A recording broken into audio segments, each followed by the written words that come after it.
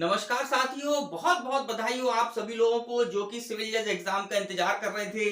बड़े लंबे समय से प्रिपरेशन कर रहे हैं कि वैकेंसी कब आए, कब हम जो है अटेम्प्ट दें। तो मित्रों, एमपी सिविल जज की वैकेंसी जो है 5 सितंबर को मध्य प्रदेश उच्च न्यायालय ने जो है जारी कर दी है। और ये परीक्षा जो है ये है तो एमपी जो है सिविल जज 20 का एग्जाम, लेकिन इस परीक्षा का नाम जो है मध्य प्रदेश सिविल न्यायाधीश वर्ग दो परीक्षा 2019 इसका नाम है। ध्यान रखिएगा, फेज 2 के नाम से इसको जारी किया गया है। 2020 का इसको विज्ञापन हम नहीं बोलेंगे, लेकिन परीक्षा 2020 में ही है।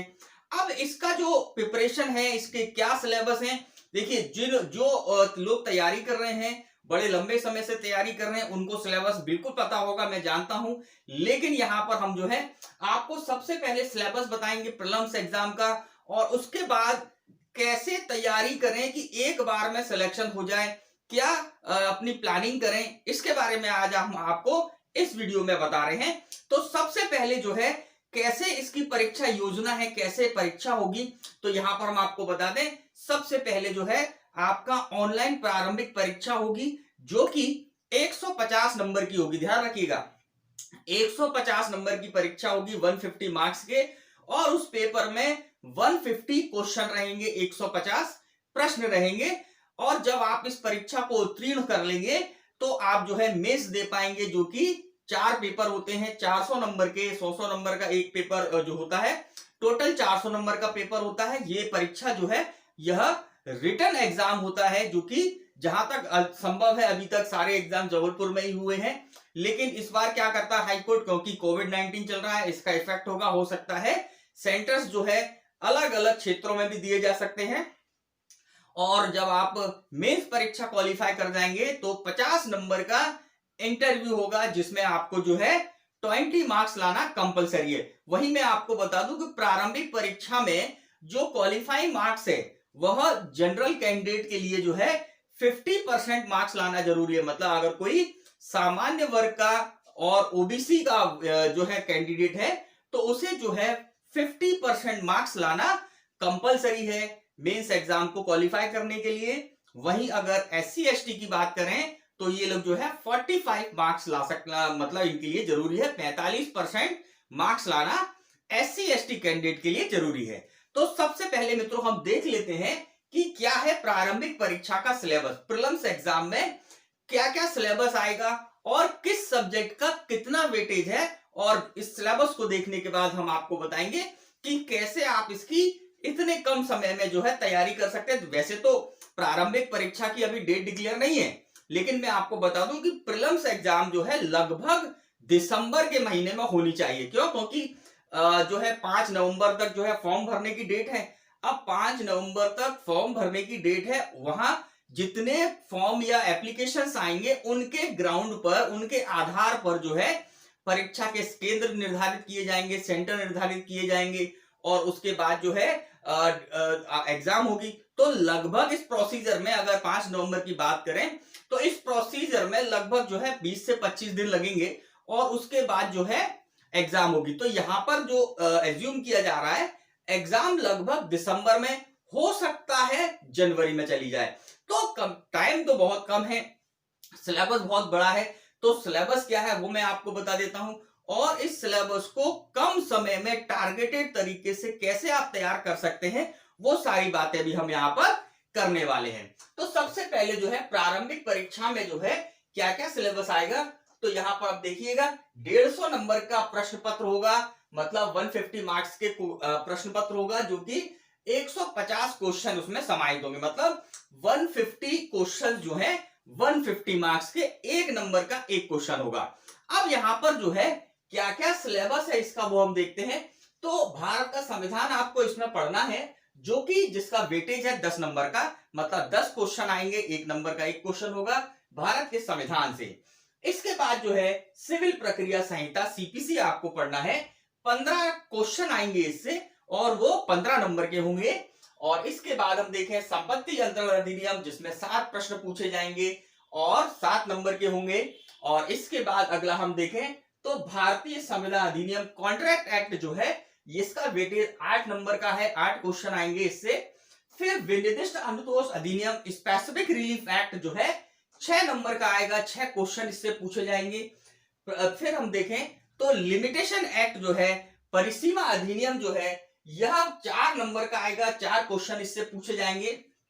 फिर इसके बाद जो है हमारे सिलेबस में 2 सब्जेक्ट जो है लोकल एक्ट है, या 2 लोकल एक्ट इसमें शामिल किए गए हैं, जिसमें सबसे पहले है मध्य प्रदेश स्थान नियंत्रण अधिनियम जो है, इससे 5 क्वेश्चन आएंगे, 5 नंबर का वेटेज है इसका, और 5 प्रश्न आएंगे। फिर इसके बाद मध्य प्रदेश भू राजस्व अधिनियम जो है, संहिता जो है, यह भी 5 नंबर की आएगी, 5 क्वेश्चन इससे पूछे जाएंगे। अब इसके बाद जो हम देखें भारतीय साक्ष्य अधिनियम एविडेंस एक्ट जो है, इससे 15 क्वेश्चन आएंगे, 15 नंबर का वेटेज है इनका। फिर इसके बाद भारतीय दंड संहिता 15 नंबर का वेटेज है, 15 क्वेश्चन इससे पूछे जाएंगे। फिर दंड प्रक्रिया संहिता जो कि 15 नंबर की, ये भी 15 नंबर का है, वेटेज 15 नंबर का है, 15 क्वेश्चन 15 नंबर के। फिर इसके बाद negotiable instrument act NI act जो है, इससे 5 प्रश्न बनेंगे। तो यहां पर इस प्रकार से हम देखें तो विधि विषय से, लॉ से जो है कितने क्वेश्चन बन रहे हैं, 110 प्रश्न लॉ के आएंगे और 110 नंबर के। इसके बाद जो है ये 3 टॉपिक इसमें जो है, यह जो है सामान्य ज्ञान, कंप्यूटर ज्ञान और अंग्रेजी ज्ञान से है। तो सामान्य ज्ञान के यहां पर 20 प्रश्न आते हैं 20 नंबर के, और उसके बाद कंप्यूटर के 10 क्वेश्चन 10 नंबर के, और फिर अंग्रेजी का ज्ञान जो है, जनरल बेसिक लेवल की इंग्लिश जो है यहां पर पूछी जाती है। तो 10 नंबर के इंग्लिश के जो क्वेश्चंस हैं वो आएंगे, 10 क्वेश्चन 10 नंबर के।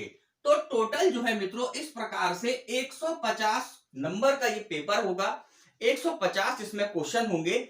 अब हम बात करते हैं कि इस सिलेबस को जो है हम कैसे तैयार करें कि एक बार में हमारा सिलेक्शन हो जाए, और होना ही चाहिए एक बार में सिलेबस, आपकी सिलेक्शन क्यों होना चाहिए, क्योंकि अभी तक का ध्यान रखिएगा, जब से मैं इस परीक्षा को देख रहा हूं, मैं लगभग 20 साल हो गए मेरे को ये सब चीजें देखते देखते, तो लगभग सबसे बड़ा विज्ञापन है 252 सीट्स का। इसके पहले जो है 2007 में जो है 240 पोस्ट का विज्ञापन आया था, लेकिन उससे भी बड़ा, अभी तक सबसे बड़ा विज्ञापन 2007 का विज्ञापन माना जाता है, 240 पोस्टों का। अब ये जो पोस्टें हैं ये 252 पोस्टें हैं, मतलब कि अभी तक का हम बोले सबसे बड़ा विज्ञापन है। तो इसमें सिलेक्शन होने की बहुत संभावना है, बहुत, अगर आप मेहनत कर रहे हैं तो आप निश्चित मान लीजिए कि आप जो है तैयार जो है आप सिलेक्ट होंगे। यहां पर हमें जो है दुष्यंत कुमार जी जो बहुत अच्छे शायर हैं, उनका एक शेर याद आ रहा है कि भाई कौन कहता है कि आसमां में सुराख नहीं हो सकता, जरा तबीयत से पत्थर तो उठा लो यारो। तो यहां पर आपको तबीयत से पत्थर मारने की जरूरत है, आसमान में सुराख जरूर होगा, आप पूरी मेहनत करिएगा। अब हम बात करते हैं कि कैसे इस सिलेबस को हम तैयार करें, क्या करें। तो आप सबसे पहले ट्रिक समझिएगा कैसे करना है। देखिए, एक तरीका होता है सीधे जाके भिड़ जाना और पूरे सिलेबस को जो है एक एक सब एक्ट को पढ़ना वगैरह, तो इसमें जो है टाइम कंज्यूम बहुत होगा, बहुत आपका टाइम लग जाएगा। लेकिन जो है कैसे एक टारगेटेड और एक कह सकते हैं कि कैसे हम उसको अच्छे से एक बार में, मतलब बगैर पूरा पढ़े कैसे तैयार कर लें। तो सबसे पहले आप जो है, हम आपको बता रहे हैं यहां पर, सबसे पहले नंबर पे आप क्या करिएगा, प्रीवियस ईयर के पेपर सॉल्व करिए। बात समझ में आ रही है? क्या करना है, सबसे पहले प्रीवियस ईयर के पेपर सॉल्व करना है। अब यहां पर ये ध्यान रखिएगा कि जब आप प्रीवियस ईयर के क्वेश्चन सॉल्व करें तो आप उन टॉपिकों पर नजर रखिएगा जो कि पूछे जाते हैं। जैसे अगर कॉन्स्टिट्यूशन से बात करें तो कॉन्स्टिट्यूशन में जो है किस टॉपिक से प्रश्न बनते हैं, तो हम देखें तो फंडामेंटल राइट से क्वेश्चन बन जाता है, सुप्रीम कोर्ट से क्वेश्चन बन जाता है ना, जो आपका प्रस्तावना है उससे क्वेश्चन बन जाता है। तो इन टॉपिक्स को आप जो है अच्छे से ध्यान रखिएगा, क्वेश्चन सॉल्व करिए। इसके बाद जो हर सब्जेक्ट का जैसे जैसे आप अनसॉल्व सॉल्व कर रहे हैं, जब आप प्रीवियस ईयर के पेपर सॉल्व कर रहे हैं तो वहां पर थोड़ा सा कॉन्सेंट्रेट होकर आप सॉल्व कीजिए और देखिए कि कहां से प्रश्न आ रहा है, एग्जामिनर जो है कहां पर प्रश्न बना रहा है, कैसे कैसे प्रश्न बना रहा है, और फिर उस आधार पर आप जो है अच्छे से इसको अध्ययन करिएगा। तो इस प्रकार से जो है आपके जितने भी ये विषय हैं वो यहाँ पर कंप्लीट हो जाएंगे। अब अगर आप सामान्य ज्ञान की बात करें तो इसमें जो है आप सबसे पहले एमपी के अध्ययन कीजिएगा, मध्य प्रदेश की सामान्य जानकारी का अध्ययन कीजिएगा। ध्यान रखिएगा, आपको वन लाइन फैक्ट याद करने हैं। बात समझ में आ रही है? आपको डिटेल में नहीं पढ़ना है, इतना समय नहीं है कि हम डिटेल में पढ़ पाए। आप इसमें जो है वन लाइन फैक्ट आप देखिएगा एमपी के। फिर इसके बाद आप करंट की जानकारियों पर थोड़ा ध्यान रखिएगा, और ऐसी जानकारी जो कि किससे संबंधित है, हाई कोर्ट, सुप्रीम कोर्ट से या जुडिशरी संबंधित जानकारियां हैं, उसकी जो करंट नॉलेज है उसको आप ध्यान से देखिएगा। और इसके साथ नेशनल और इंटरनेशनल लेवल की जो घटना है, अभी कोविड से बहुत क्वेश्चन बनने की संभावना है। कोविड से जो है एक ना एक क्वेश्चन जरूर आएगा, क्योंकि इतनी सारा हमारे देश में जो है इससे प्रभावित हो गए हैं, तो कोविड से क्वेश्चन जरूर आएगा। इसी के साथ साथ जो है हिस्ट्री वगैरह भी जो है आप वन लाइन फैक्ट के रूप में देखिएगा। हिस्ट्री वगैरह, मॉडर्न हिस्ट्री को आप अच्छे से देखिएगा। हमारी जो आजादी का संघर्ष हुआ, आजादी के संघर्ष में जो जो मुख्य बातें हुई, वहां से क्वेश्चन आता है। इसके बाद जो है प्रमुख भारत में जो स्थल हैं, जैसे कि हम बात करें, अभी अयोध्या का मुद्दा चल रहा है और अभी अयोध्या मंदिर बनाने की बात करी जा रही है, तो यहां से भी क्वेश्चन आ सकते हैं, पूछे जा सकते हैं। तो आप इन सब चीजों को जो है थोड़ा बारीकी से देखिएगा, लेकिन वन लाइन फैक्ट के रूप में देखिएगा। इसके बाद अगर कंप्यूटर नॉलेज की बात करें, कंप्यूटर ज्ञान की बात करें, तो 10 क्वेश्चन आते हैं। तो बेसिकली आप जो बेसिक कंप्यूटर होता है, समझिएगा, बेसिक कंप्यूटर होता है, और इसके साथ साथ जो करंट में अभी चीजें, जो ऑनलाइन चीजें हो रही हैं, नई नई व्यवस्थाएं आ रही हैं, नए नए ऐप्स आ रहे हैं, इसकी जानकारी आपको जरूर होनी चाहिए। तो कंप्यूटर ज्ञान जो है, इससे रिलेटेड क्वेश्चन आते हैं। यहां पर हम आपको बता दें कि आप ध्यान रखिएगा कि कंप्यूटर से संबंधित जो कह सकते हैं, न्यायालय से संबंधित जो बातें हैं जो कि ऑनलाइन हो रही है, जैसे कि न्यायालय जो है किस वेबसाइट का यूज करता है, हाईकोर्ट जो है किस वेबसाइट का यूज करता है, और इसी से संबंधित जो जानकारियां हैं, पहला ई कोड कहां बना, वगैरह वगैरह, ये सारी चीजें आप जो है वन लाइन फैक्ट में देखिएगा। अब इसके बाद जो है अंग्रेजी ज्ञान की बात करते हैं, इंग्लिश की नॉलेज की बात करते हैं। तो देखिए मित्रों, इंग्लिश के नॉलेज से यहाँ पर जो है 10 प्रश्न आते हैं, परेशान जरूर करते हैं।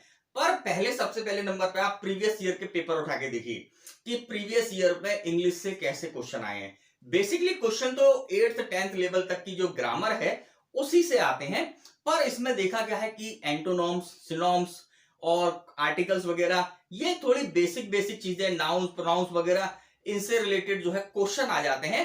तो बहुत इजी होता है, बस थोड़ा सा आपको प्रयास करने की जरूरत है। तो यहां पर ये जो है 10 नंबर का ये आता है। तो इस प्रकार से प्रारंभिक परीक्षा का सिलेबस है, इसको आप तैयार कीजिए। अगले वीडियो में हम आपको जो है मेंस एग्जाम के बारे में बताएंगे, कैसे उसकी प्रिपरेशन करना है। उसकी तो बात में करो, सबसे पहले प्री निकालो। प्री निकालने का ट्रिक मैंने आपको बताया। सबसे पहले अनसॉल्व सॉल्व करिए। अनसॉल्व सॉल्व करने पर आप देखिए किस जो है विषय से कहां से क्वेश्चन आ रहे हैं, उस टॉपिक को आप अच्छे से कर लीजिए। बहुत ही अच्छी आप प्रिपरेशन कर लीजिए। आपका आराम से जो है, हमारी विशेष है कि आपका सिलेक्शन होगा, 100% होगा। और ये भी बता दूं कि ये विज्ञापन 2019 फेज 2 है, 2020 की वैकेंसी नहीं है। ये 2020 का विज्ञापन भी आएगा, लेकिन इतना बड़ा विज्ञापन शायद वो नहीं होगा। ये जो है अभी तक का सबसे बड़ा विज्ञापन है। 252 पोस्टें हैं। इसके पहले 2007 में आई थी 240 पोस्टें, उससे भी बड़ा विज्ञापन है। तो ये जो है आखिरी आपके लिए कह सकते हैं कि ऐसी परीक्षा जो कि आपको 100% सफलता दिलाएगी। यहां पर जो है आप एक फेस को भी मैं आपको एक बता रहा हूं, if you can you can, if you are not you are right. अगर आप किसी चीज को कर सकते हैं तो आप कर सकते हैं, लेकिन अगर आपके मन में इतनी सी भी आशंका है कि आप नहीं कर सकते हैं तो आप सही हैं। इसका मतलब पहले पॉजिटिविटी लाइए, अपने अंदर जो है एक एनर्जी लाइए कि आप इस एग्जाम को 100% क्वालिफाई कर सकते हैं, और आप इसको जरूर क्वालिफाई करेंगे। तो मित्रों, इसी के साथ आज का ये वीडियो हम जो है यहीं पर समाप्त करते हैं।